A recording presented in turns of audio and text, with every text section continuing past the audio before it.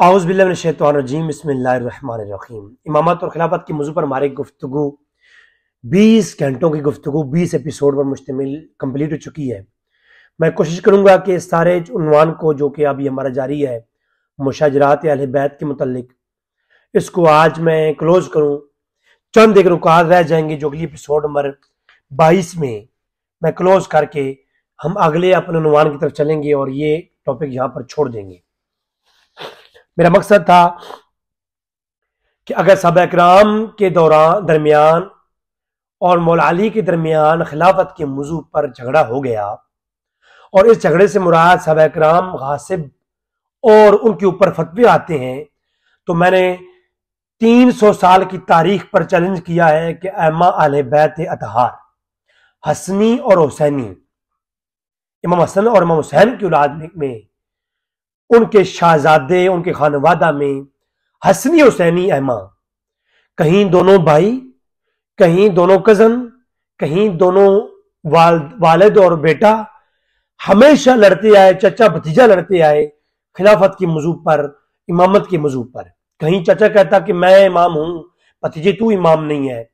कहीं ये 17, 18 और 19 जो 20 पिछली 4 एपिसोड मैंने जो है अहले बैत के मुशजरात और अम्मा अहले बैत के माबैन झगड़े जो हुए हैं और इख्तलाफ हुए हैं, मैंने इमामत के मौजू पर, खिलाफत के मौजू पर, वो मैंने आपके सामने रखे हैं, बड़ी ईमानदारी के साथ शिया कुतुब से ही रखे हैं। ऐसे कई और झगड़े हैं। 300 साल की तारीख है अहले बैत भरी पड़ी है झगड़ों से, लड़ाइयों से, कि अहले बैत के बड़े बड़े खानवादा के बड़े बड़े इमाम लोग आपस में लड़ते आए। कहीं इमाम जाफर लड़ते आए, कहीं इमाम बाकिर लड़ते आए, कहीं इमाम जैद बिन ज़ैनुल आबिदीन लड़ते आए, कहीं इमाम मोहम्मद बिन हनफिया लड़ते आए, कहीं इब्न हनफिया के बेटे लड़ते आए, कहीं मोहम्मद बिन अब्दुल्ला जिन्हें हम नफ्सुल ज़किया कहते हैं वो लड़ते आए, कहीं इमाम मोहम्मद लड़ते आए, कहीं इमाम नकी लड़ते आए, इमाम मूसा काजिम लड़ते आए। तो बड़े बड़े इमाम के माबैन जंग रही, लड़ाई रही। कोई कहता मैं इमाम हूं मूसा काजिम के मुकाबले में, एक कहता मैं इमाम हूं। इधर एक कजन कहता इमाम हसन की औलाद का शख्स आपका पोता कहता मैं इमाम हूं, इधर इमाम हुसैन का पोता कहता मैं इमाम हूं। एक कहता वसीयत मेरे हक में थी, दूसरा तलवार निकाल कहता नहीं इमाम जाफर तुम्हारे हक में नहीं, मेरे हक में वसीयत थी।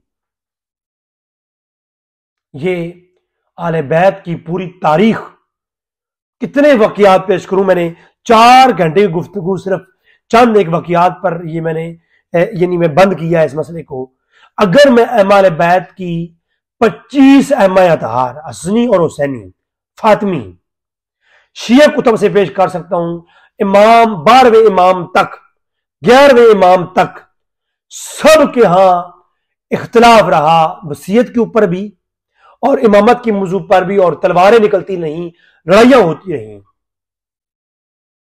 अगर बनु उमैया के खिलाफ मौला अली ने तलवार निकाली, इस बुनियाद पर कोई कहे कि बनु उमैया वाले काफिर हो गए। अगर बनु सकीफा में उमर फारूक और जो है अबू बकर सिद्दीक के खिलाफ जो है मौला अली नाराज हो गए, खिलाफत के मौजू पर जहां इख्तलाफ हो गया तो अबू बकर और उमर मुनाफिक हो गए। तो जहां मोहम्मद बिन हनफिया का इख्तलाफ इमाम ज़ैनुल आबिदीन से हो गया, इनमें काफिर कौन हुआ ये कौन बताएगा। फिर इब्ने ज़ैनुल आबिदीन जैद, उनका इमाम बाकिर इमाम जाफर से इख्तिलाफ हुआ, उनमें से काफिर कौन हुआ ये कौन बताएगा। इमाम मूसा काजिम और मोहम्मद अब्दुल्ला के माबैन नफ्सुल ज़किया के मुतल्लिक और अब्दुल्ला बिन हसन के माबैन जंग हो गई, मुझे बताए इनमें से काफिर कौन होगा। तो ये बड़े बड़े इख्तिलाफ रहे हैं अम्मा अहले बैत में। अगर हम सहाबा किराम पर, सहाबा किराम की तो औलाद में किसने दावे किए हैं कि हम खिलाफत हमें मिलनी चाहिए, बताएं कोई गिने हुए लोग आप बताएंगे। जो खिलाफत राशिदा है उनमें से किसी ने भी अपने जो है बेटों को खिलाफत नहीं बख्शी, और ना ही कहा कि वसीयत है, और ना ही कहा कि हमारे बेटे खलीफा होंगे, शूरा पे छोड़ा। लेकिन अगर खिलाफत बख्शी भी है तो आप कितने साहबी गिनेंगे? आप मुझे कोई 10 साहबी गिनके नहीं बता सकते किस किस की खिलाफत रही है। जबकि मैं बताता हूं कि मौला अली के बाद 300 साल की तारीख बनु अब्बासिया के दौर तक अहले बैत जबकि सहाबा इकराम की खिलाफत और उनके निज़ाम को देखें तो आप बनु उमैया के अंदर आके चंद नेक इख्तलाफात खिलाफत के मौजू में मिलेंगे कि उनके अपने बेटे को कह दिया या फलां हो गया फलां हो गया। तो आप सहाबा इकराम की जो खिलाफत पे इख्तलाफ है वो आप चंद सालों के सिवा कुछ पेश नहीं कर सकते। जबकि आले बैत अतहार के 25 ऐमा है, 25 इमाम, 25 हसनी हुसैनी लोग, फातमी लोग, उनकी 300 साल तारीख मैं पेश करता हूं। सब खिलाफत की तलवारें निकालते रहे, लड़ाइयां करते रहे, कोई मोहम्मद जाफर को लड़काता रहा, कहीं मोहम्मद जाफर लड़काते रहे, कहीं हसनी जो है हुसैनियों के खिलाफ तलवारें लेके निकले, कहीं हुसैनी हसनियों के खिलाफ तलवारें लेके निकले, दोनों अली की औलाद में से। वो 300 साल तारीख शाहिद है शिया की ही, और शिया सोनी किताबें इस पर इतफाक है। कोई माइक लाल ये नहीं कह सकता कि इमाम ज़ैनुल आबिदीन के मुकाबले में इब्न हनफिया ने दावा इमामत नहीं किया था। जब इमाम जाफर के सादिक के मुकाबले में कौन आए, इमाम बाकिर के मुकाबले में कौन आए, क्या हुसैन हसनी नहीं थे? है जी। तो ये सारी कहानी है। अगर अकीदा मनसूस इमामत का माना लिया जाए, आज खुलासा पेश कर रहा हूं मैं, अगर यह अकीदा मान लिया जाए, सवाल पैदा होता है कि इमाम मनसूस में अल्लाह होता है और इमाम मासूम होता है और इसका मुनकिर काफिर है, जैसे कि मैंने पिछले एपिसोड में वजाहत कर रखी है। तो सवाल ये पैदा होता है कि ये आले बैत इत्तेहाद में जो इख्तिलाफ होते आए हैं, वो तो जो इमामत का दावा करने वाले थे, जो 12 इमाम हैं, उनके मुकाबले में जो हसनी हुसैनी खड़े हुए, उनके तो मुराकिब के चैप्टर है शिया किताबों में। मोहम्मद बिन हनफिया को भी अलैहिस्सलाम कहते हैं और नफ्सुल ज़किया को भी अलैहिस्सलाम कहते हैं, और जनाब इमाम हसन की सारी औलाद मोहम्मद बिन अब्दुल्ला और दीगर को भी सारे, जनाब हसन अल मुसन्ना को भी सारे अलैहिस्सलाम कहते हैं। यार वो जो लोग 12 इमामों के खिलाफ खड़े हुए और तलवारें निकाली, वो भी अलैहिस्सलाम, और 12 इमाम भी अलैहिस्सलाम। और उधर मौला अली के मुकाबले में, अगर मौला अली के मुकाबले में अबू बकर उमर ने थोड़ी सख्ती की तो वो काफिर हो गए। सवाल देखिए ना, मोहम्मद बिन अब्दुल्ला जो नफ्सुल ज़किया हैं वो, और ईसा बिन ज़ैद जो कि इमाम ज़ैनुल आबिदीन के पोते हैं, वो जब जाफर के मुकाबले में उनको कैद करते हैं और उनको धमकियां देते हैं और उनकी मारने की धमकियां देने के बाद उन्हें जेल में डाल देते हैं, इमाम ज़ैनुल आबिदीन के पोते इमाम जाफर सादिक को जब जेल में डालते हैं, तो मुझे ये बताएं कि ये अलैहिस्सलाम कैसे हुए? होना तो ये चाहिए कि इमाम ज़ैनुल आबिदीन के पोते को काफिर करार देना चाहिए, क्योंकि उन्होंने वक्त के इमाम मनसूस के खिलाफ बगावत की और उनको जेल में डाला है। वो जेल में डालकर भी अलैहिस्सलाम रहे और इमाम रहे और आले बैत के फर्द रहे। यार मौला अली के मुकाबले में अगर उमर फारूक ने इख्तिलाफ कर दिया और अबू बकर सिद्दीक ने इख्तिलाफ कर दिया, वो इख्तिलाफ क्या हुआ वो आगे हमारी बहस आएगी। मगर सवाल ये पैदा होता है कि अगर उन्होंने इख्तिलाफ किया तो वो तो काफिर हो गए, सिर्फ इख्तिलाफ। यहां पर तो जलील के लफ्ज इस्तेमाल किए गए इमाम जाफर के खिलाफ, पिछली एपिसोड मैंने पेश कर दिए, आप लोग देख लें। मूसा काजिम के खिलाफ जलील के लफ्ज इस्तेमाल किए गए, जहल के लफ्ज इस्तेमाल किए गए, जनाब इमाम ज़ैनुल आबिदीन ने इस्तेमाल किए इमाम मोहम्मद बिन हनफिया के लिए, अली के बेटे के लिए। वो अली का बेटा जिसको अली ने खैबर के अंदर अपना झंडा, जिसको अली ने जमल के अंदर अपना झंडा पकड़ाया था। अली ने अपना झंडा किसको दिया? मोहम्मद बिन हनफिया को दिया, यौम अल बसरा। मैंने असूल काफी पेश की थी। तो वो मोहम्मद बिन हनफिया जिसके बारे में मौला अली फरमाया था कभी तुम्हें शैतान नहीं छू पाएगा, शैतान तुम्हें काबू नहीं कर पाएगा, वो मोहम्मद बिन हनफिया जिनके मुनाकिब के चैप्टर है शिया किताबों में, वो मोहम्मद बिन हनफिया को इमाम ज़ैनुल आबिदीन कहते हैं कि जाहिल और बूढ़ा और क्या क्या बुरे अलकाब से पुकारा। लेकिन वो दोनों अलैहिस्सलाम है, कोई काफिर नहीं हुआ, कोई शरीयत नहीं बिगड़ी। लेकिन जब आलिम सहाबा किराम और आले बैत के माबैन कोई इख्तिलाफ आता है तो इख्तिलाफ तो रहमत है अल्लाह के नबी की जो है उम्मत में। लेकिन जब इख्तिलाफ आ जाए, नहीं जी सहाबा किराम काफिर हो गए, और टोटल 3 बच्चे थे। हद है भाई। अब ये सारे मामलात देखने के बाद जो मैं मामलात क्लोज करना चाहता हूं आपके सामने वो ये है, और इमाम बाकिर और इमाम जैद की लड़ाई आपके सामने मैंने पेश की। अब जब इमाम बाकिर के मुकाबले में इमाम जैद आए तो यकीनी सी बात है मनसूस मिनल्लाह इमाम कौन है? वो कौन है? वो इमाम बाकिर हैं, यकीनी सी बात है। उनके मुकाबले में इमाम जैद जब खड़े हो गए तो या तो इमाम जैद काफिर हो गए या फिर उनकी इमामत भी बरहक थी। अब शिया इस बात पर फैसला नहीं कर पाएंगे। कोई ये कह देता है जी कि नहीं ये तो रवायात ज़ईफ हैं। भाई असूल काफी की रवायात ये ज़ईफ नहीं है। असूल मुहद्दिसीन के ऊपर भी तमाम शरह आप उठा कर देखें, असाफी को उठा कर देखें या दीगर देखें, उन्होंने इस रवायात को रवायात मोतबर कहा है। और इसी रवायात को जब इमाम शिया के बहुत बड़े आलिम मुल्ला बाकर मजलिसी बिहारुल अनवार में लाता है तो कहता है कि बसनद मोतबरिन, कि ये मोतबर सनद के साथ हैं ये सारे वाकयात। तो ये रवायात ज़ईफ तो होने का सवाल ही नहीं, क्योंकि ये असूल काफी के अंदर है और असूल काफी के चैप्टर हैं और चैप्टर के नीचे ये रवायात है। जब उन पर तर्जमतुल बाब हो और उस तर्जमतुल बाब के तहत कोई रवायत आ जाए बतौर दलील तो उस बाब के उन्वान को डिफेंड कर रही होती है, साबित कर रही होती है। मसलन ये असूल काफी में चैप्टर है कि इमाम में मुस्लिमीन का मुनकिर काफिर है। नीचे रिवायत लाते हैं इमाम बाकिर अलैहिस्सलाम ने कहा कि जो कोई इमाम मसूम नहीं और वो दावा इमामत करे तो वो काफिर है। अब ये जो रिवायत है ये ऊपर जो चैप्टर है इसको साबित कर रही है।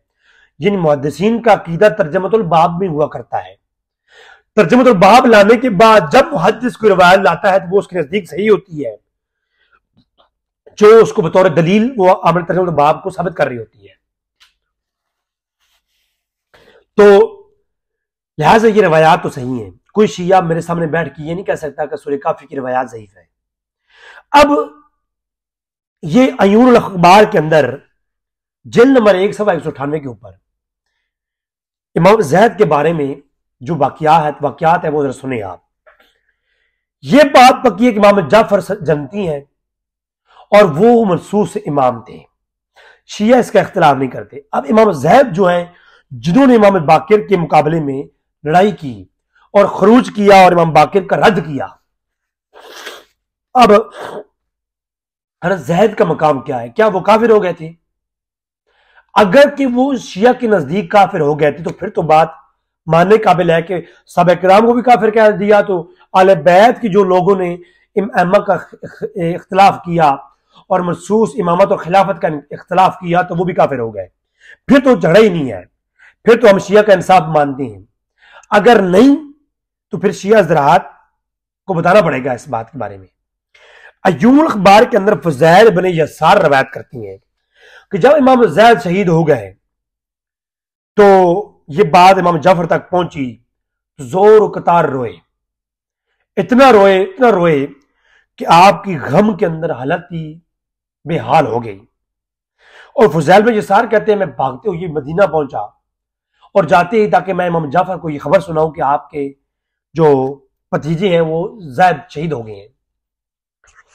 तो इमाम जाफर के पास जब पहुंचा तो इमाम जाफर ने मुझे दरवाजे पे रोक के कहा कि कातलू वह हुआ, क्या वो कत्ल हो गए हैं? कुल तो ई वल्लाहि, वो शहीद हो गए हैं जी। वो कहा वसालबू हुआ, क्या वो सलीब चढ़ा दिए गए हैं? इमाम जाफर ने कहा कुल तो ई वल्लाहि, कसम है अल्लाह की कि वो सलीब चढ़ा दिए गए हैं। इमाम जाफर इतना रोए जैसे कि चेहरे मुबारक पर कोई मोतियों की बुछाड़ हो रही हो, और कहा कि ऐ फज़ैल बिन यसार, क्या फला लोगों ने मेरे जैद का साथ दिया था, उनके साथ मिलकर के जंग की थी, उनके दुश्मनों के खिलाफ, उनके मुखालिफिन के खिलाफ? कहा की थी। कहा अल्लाह की कसम है, जैसा मौला अली की शिया उनके साथ मिलकर जिहाद करते थे, जैसा उनका मकाम था, वैसे मेरे जैद के लश्कर में लड़ने वालों का मकाम है। जैसे हजरत मोहम्मद मुस्तफ़ा सल्लल्लाहु अलैहि वसल्लम के लश्कर में उनके सहाबा लड़ने वालों का मकाम था, उनके सहाबियों का मकाम है, वैसे ही मेरे जैद की लश्कर में उनकी तरफ से लड़ने वालों का मकाम है। अब मुझे बताएं, तो अब सवाल ये पैदा होता है कि इमाम जाफर जिसके बारे में रोए और उनके लश्कर में लड़ने वालों का मकाम मौला अली के लश्कर में लड़ने वालों के बराबर बताएं, वो जैद, अब वो जैद के बारे में आप क्या कहेंगे? वो जन्नत में बेहिसाब जाने वाले हैं, जो पिछले एपिसोड में रिवायत पेश की है। वो जन्नत में दाखिल होने वाले हैं और उनके लश्कर में लड़ने वालों का मकाम मौला अली के साथ लड़ने वालों के बराबर है। तो ये माना जाए या मनसूस इमाम के खिलाफ करने से वो काफिर हो जाके जहन्नम में जाएगा, ये माना जाए? हाँ, जैद के बारे में ये फैसला करें आप।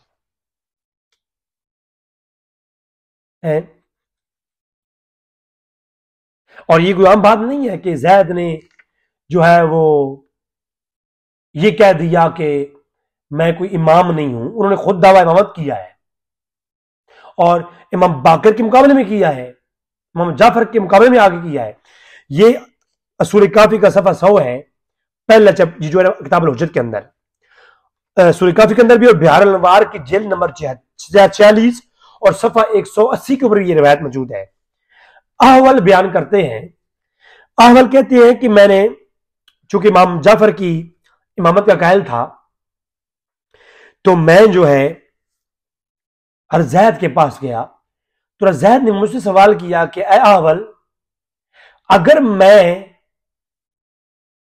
खरूज करूं और जंग के लिए निकलूं तो क्या तुम मेरा साथ दोगे? अब अहवल बयान कर रहा है।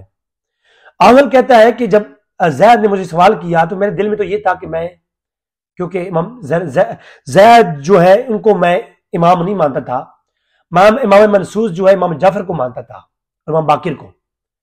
तो मैंने कहा कि ऐ जैद इब्न ज़ैनुल आबिदीन, अगर कोई अल्लाह की इस रुए कायनात में हुज्जत है आपके अलावा, तो अगर मैं उसकी पैरवी कर रहा हूं तो मैं तो जन्नती जन्नत में जाऊंगा, और अगर मैं आपकी पैरवी करूंगा और उसको छोड़ दूंगा तो जहन्नम में जाऊंगा। तो ये बात तो गलत है। अगर मैं आपके अलावा कोई हुज्जत है, यानी उनका इशारा था इमाम जाफर की तरफ, तो अगर मैं उनकी पैरवी कर रहा हूं, यानी कि मैं किसी और को इमाम मानता हूं, तो अगर वो इमाम है, बरहक है, तो मैं जन्नत में जाऊंगा।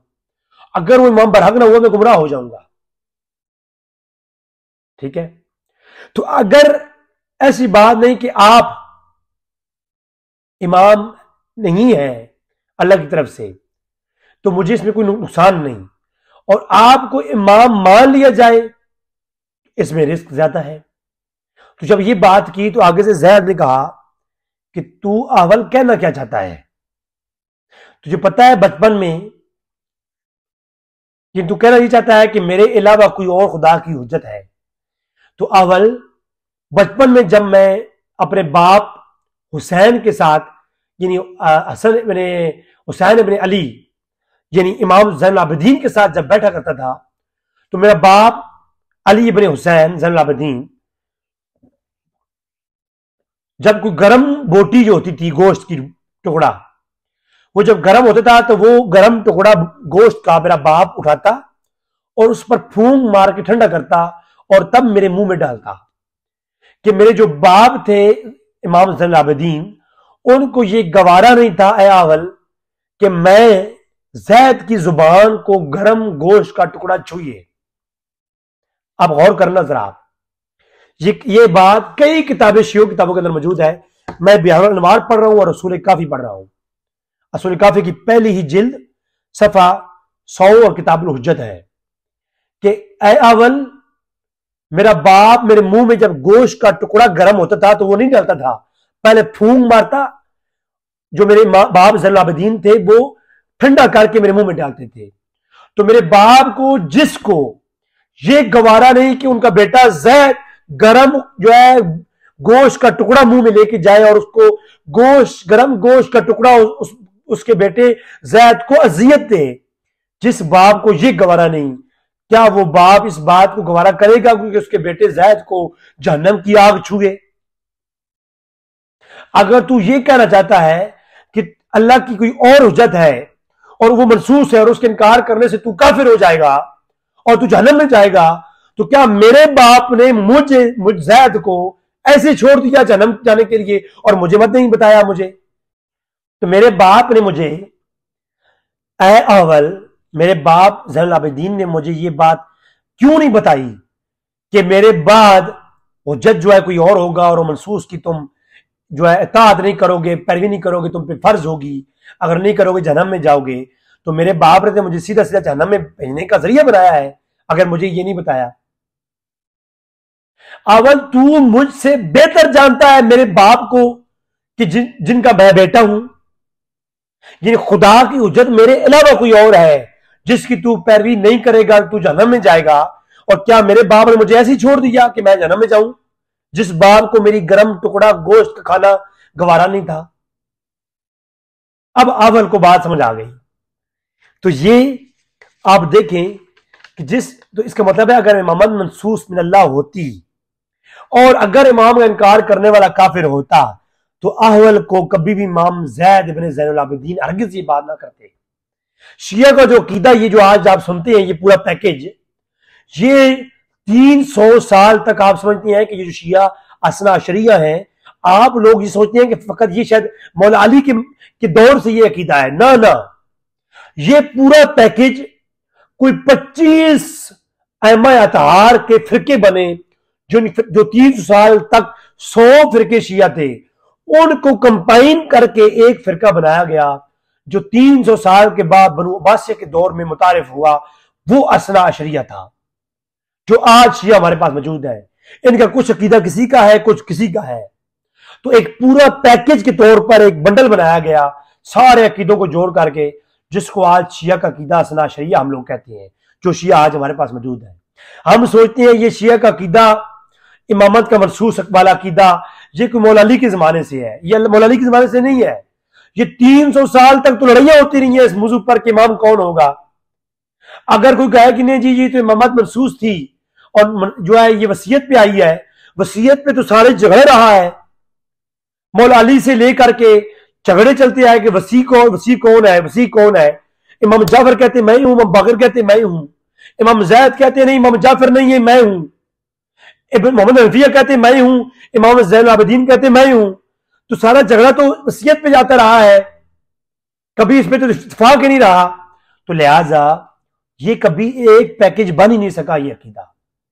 बाद में आकर के भाई फिर उनको काफिर क्यों नहीं कहा गया, तो फिर एक नया अकीदा घड़ा गया 300 साल के बाद, वो तकिए का अकीदा कि अगर तकिए का अकीदा नहीं बनाएंगे तो फिर जो दरमियान में अकीदे को जोड़ने के लिए दरमियान में जो पैकेज गड़बड़ हो रहा है उसको कैसे जोड़ेंगे। फिर 300 साल के बाद तो लोग एतराज करेंगे कि जी अगर ये मनसूस इमाम होता है तो जिन्होंने इनकार किया वो काफिर हुई कि ना हुई।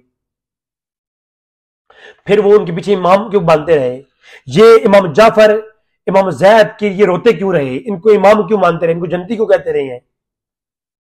भाई अगर ज़ैद ने इनकार किया इमाम बाकिर की इमामत का तो वो काफिर हो गए।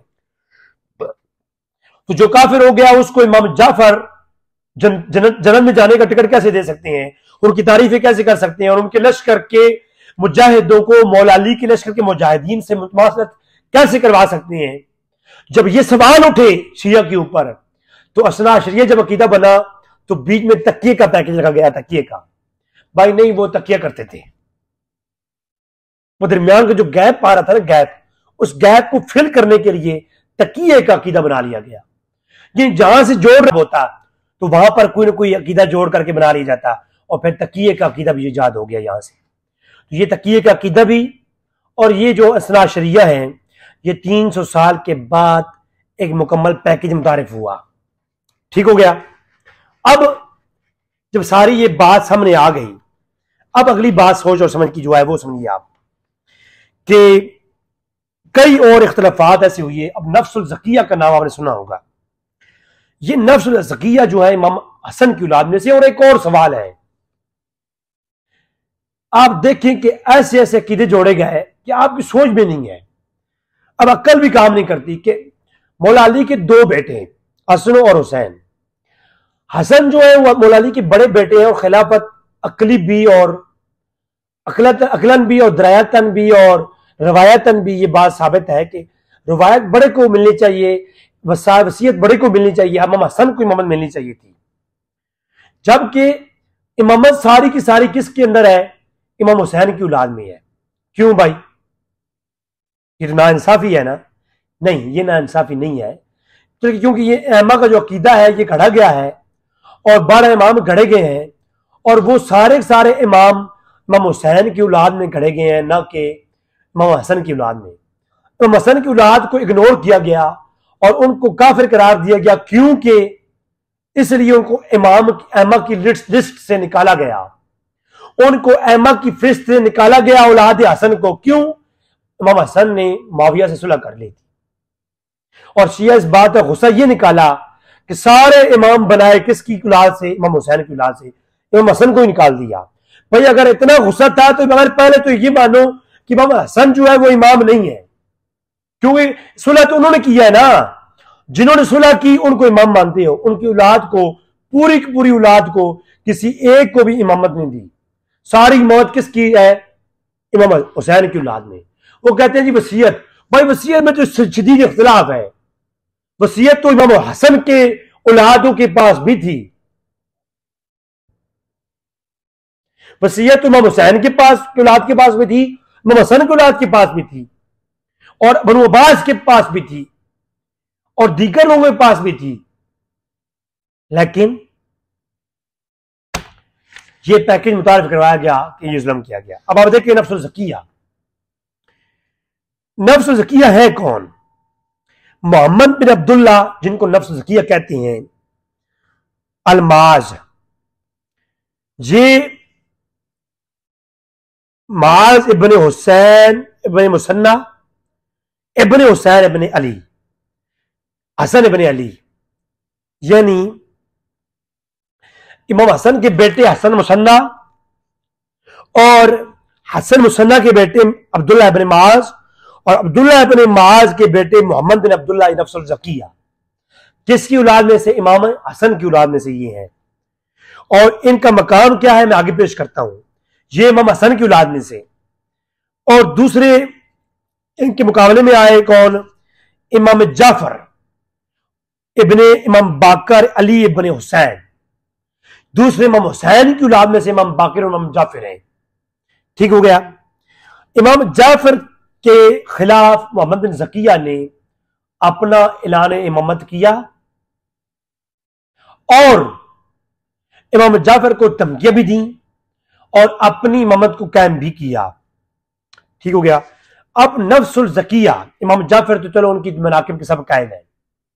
अब इमाम जाफर को इमाम ना मानने वाला, मनसूस इमाम को इमाम ना मानने वाला, और खुद जो इमाम नहीं उस दावा इमामत करने वाला कौन? वो भी काफिर, और इमाम को इमाम ना मानने वाला काफिर। और ऐसे काफिर जो इमाम नहीं उसके हाथ पे जो बैत करे वो भी काफिर। ये बात ज़हन में है ना? शिया का अकीदा है। अब आगे देखिए जरा, नफ्सुल ज़किया। मेरे सामने किताब है मकातिलुल तालिबीन, अलामा शिया के बहुत बड़े आलिम असवानी, उनकी किताब है, सफ़ा 335 है, और वो कहती हैं कि वह नफ्सुल ज़किया मोहम्मद बिन अब्दुल्ला वह हुआ अकबर अहल बैती, आले बैत में बहुत ही अजीम और बड़ा शख्स, वह अफजल अहल बैत, आले बैत में सबसे अफजल, वह आलम और बहुत बड़ा आलिम, हिफ्जुल फिक्का और हाफिज और फिकीर। और कहा कि पूरे बनु हाशिम और आले बैत में सबसे अफजल शख्स कौन? मोहम्मद ज़किया। और अगले लफ्ज सुनिएगा, बनु हाशिम और कुल आले बैत क्या कहते? वह हुआ इमाम मेहदी, मेहदी आले बैत। मेहदी आले बैत का लक़ब मशहूर था किसका? नफ्सुल ज़किया का, मोहम्मद बिन अब्दुल्ला का। बात समझ नहीं आ रही आपको? यह है मकातुल तालिबीन अल्लामा असफ़हानी की। फिर असूल काफी में और मकातुल तालिबीन के अंदर दीगर किताबों में यह बात मौजूद है। असूल काफी के अंदर भी यह है कि इमाम जाफर जब आए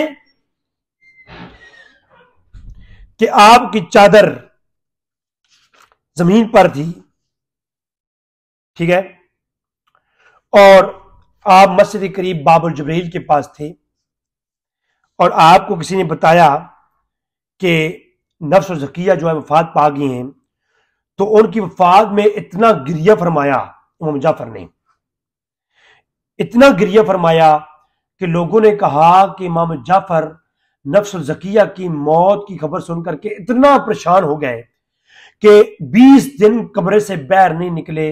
लोगों ने कहा कि अब इमाम जाफर वफात पा जाएंगे। ये नफ्स ज़किया का मकाम देखें। और अगली बात सूरह कहफ में है कि कई लोगों ने मोहम्मद अब्दुल्ला की बैत की, जिसमें हाशिमियों, अलकर्शियों व अंसारियों व अरबियों, सब हाशमी, अरबी और अंसारियों ने इमाम नफ्सुल ज़किया की बैत की थी, सिवाय इमाम जाफर के। वो इमाम जाफर जो उनकी मौत के गम में गिरिया फरमाया और इतने कमजोर हो गए, लोगों ने गम वफात पा जाएंगे। अगर इमाम मनसूसिल्लाह का अकीदा होता उस वक्त, तो इमाम जाफर कभी भी एक ऐसे शख्स के बारे में गिरिया ना फरमाते और 20 दिन कमरे में बंद ना रहते और मौत के करीब ना चले जाते कि जिस शख्स ने इमामत का दावा किया था उन्हीं के मुकाबले में। और बनु हाशिम के कुल लोग, लफ्ज है सूरह काफी में भी और मुकाल तालिबीन के अंदर भी, कि पूरी आले बैत में कोई एक शख्स नहीं बचा था जिसने नस्ल ज़किया की बैत ना की हो। अब सवाल ये पैदा होता है, जिसने बैत की वो सब काफिर हो गए।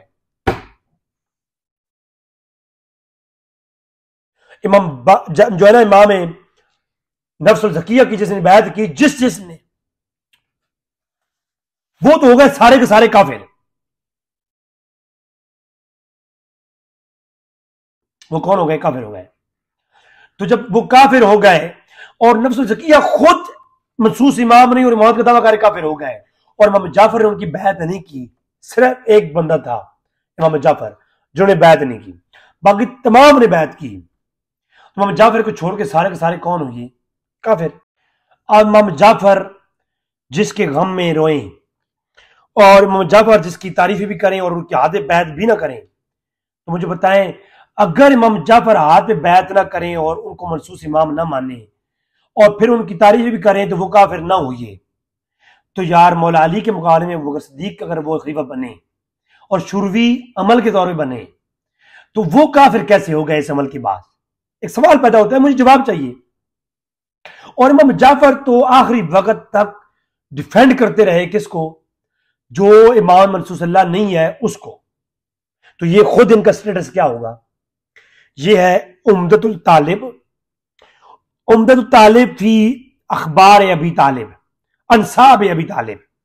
इस किताब के अंदर सफर नंबर 4 के ऊपर चैप्टर है अखबार मोहम्मद जिन नफ्स ज़किया, नफ्स ज़किया के मनाकिब का चैप्टर। उसमें क्या लिखा हुआ है कि इमाम जाफर एक दफा घोड़े की लगाम को, रिकाब को थामे खड़े थे। ये घोड़ा था नफ्स ज़किया का। तो नफ्स ज़किया आए और घोड़े पर सवार हो गए और वो घोड़े पर सवार हो गए और इमाम जाफर उस घोड़े की मुहार को पकड़ करके, घोड़े की लगाम को पकड़ करके आगे चल रहे थे, उसकी रस्सी को पकड़ के चल रहे थे। तो किसी ने आकर कहा, ऐ इमाम जाफर, हम जिस शख्स को इमाम नहीं मानते और एक शख्स महसूस मिला इमाम नहीं और वो आपकी इमामत को मानता नहीं है, आपके खिलाफ खड़ा हुआ है, आप इतनी ताजीम कर रहे हैं उस शख्स की, आप इतनी ताजीम कर रहे हैं। तो कहा, खामोश हो जा सवाल करने वाले, हम आले बैत की ये कौन है? ये हम आले बैत के मेहदी है। नफ्स ज़किया कौन है? आले बैत के मेहदी हैं। और एक पूरा मजहब बन गया था जिनका यह अकीदा था कि अब इमाम मेहदी जिसने आना था वो यही है और कोई नहीं है। तो इमाम जाफर जिसको मेहदी कहें, वो इमाम जाफर की मनसूस इमामत का इनकार करे और फिर भी मुसलमानों अलैहि इस्लाम और मेहदी और इतने मनाकिब। मैं आगे कोई सवाल नहीं करता, मैं कोई बहस नहीं करता, आप खुद ही फैसला करें। फिर नवासिक तवारीख, नवासिक तवारीख अलामा जनाब मिर्जा मोहम्मद तकी साहब की किताब है, शिया के यहां बड़ी मोतबर किताब है तारीख की। जिल्द नंबर 2 के ऊपर सवा 320 के ऊपर हालात अब्दुल्ला इब्न माज, इसके चैप्टर में लिखते हैं कि एक बार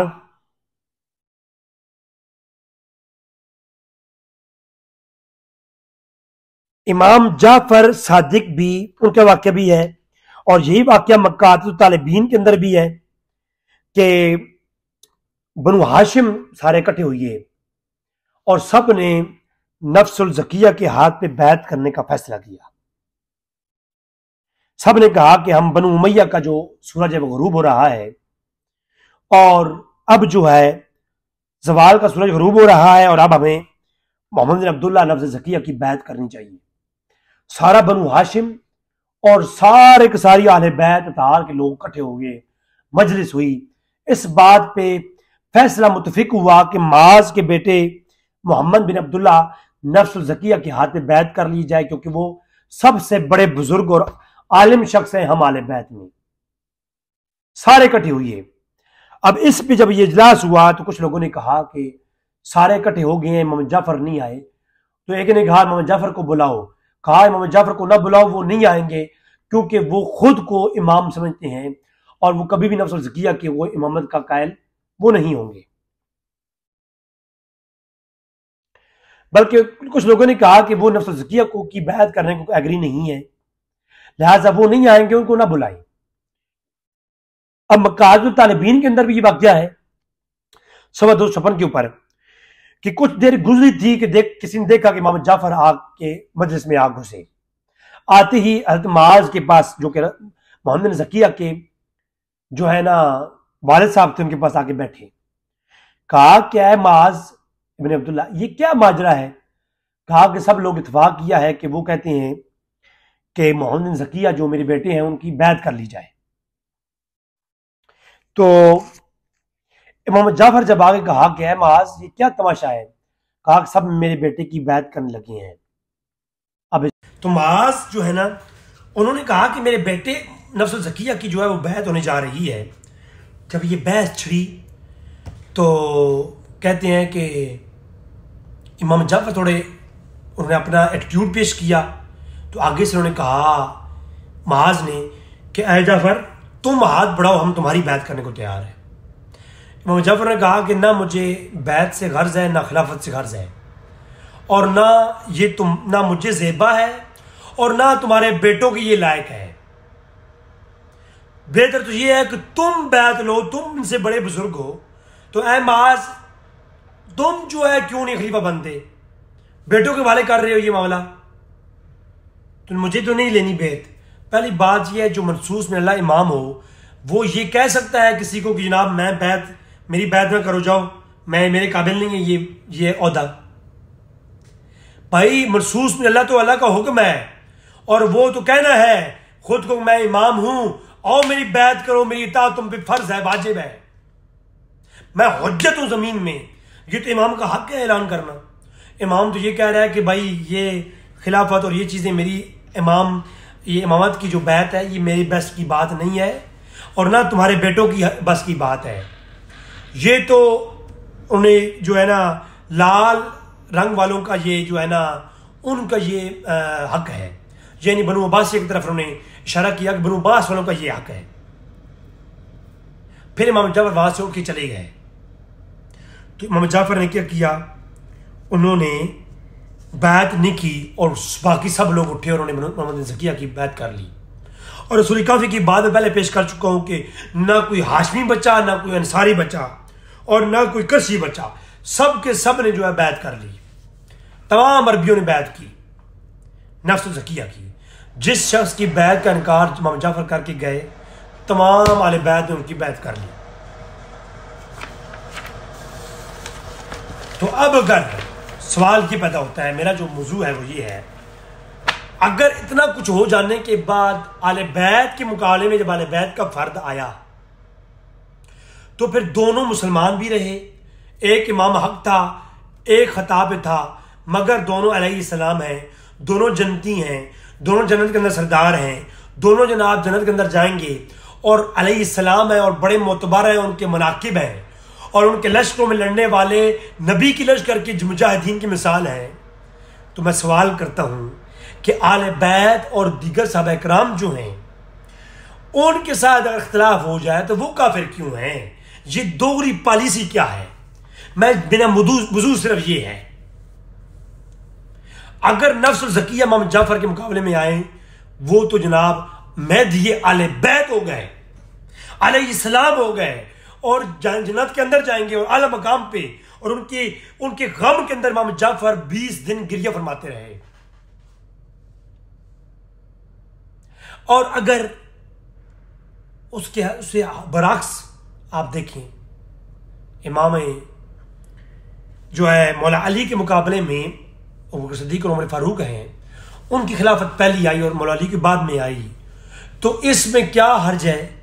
वो तो मौला अली उनके साथ राजी भी थे, उनके पीछे नमाजें पढ़ते थे और उनके वजीर और मुशीर रहे हैं। मेरी पहली जो 5 घंटे की गुफ्तगू है उसमें मैंने पेश किया नहजुल बलागा से कि उमर फारूक के ज़माने में भी और अबू बकर सिद्दीक के ज़माने में भी मुशीर कौन थे? मौला अली, जिनके साथ मौला अली यूं रहे हैं। वो तो काफिर करार दे दिया आप लोगों ने, और जो यूं यूं यूं करते रहे, तलवारें उठाते रहे और महफिलें छोड़ के जाते रहे, बैत नहीं ली, उनके बारे में यार आप लोगों ने कोई रवैया अख्तियार नहीं किया। इंसाफ की तो आप लोगों ने टांगें तोड़ के रख दी। मेरा सिर्फ इतना सा मुद्दा है कि कोई भी गुमराह नहीं है।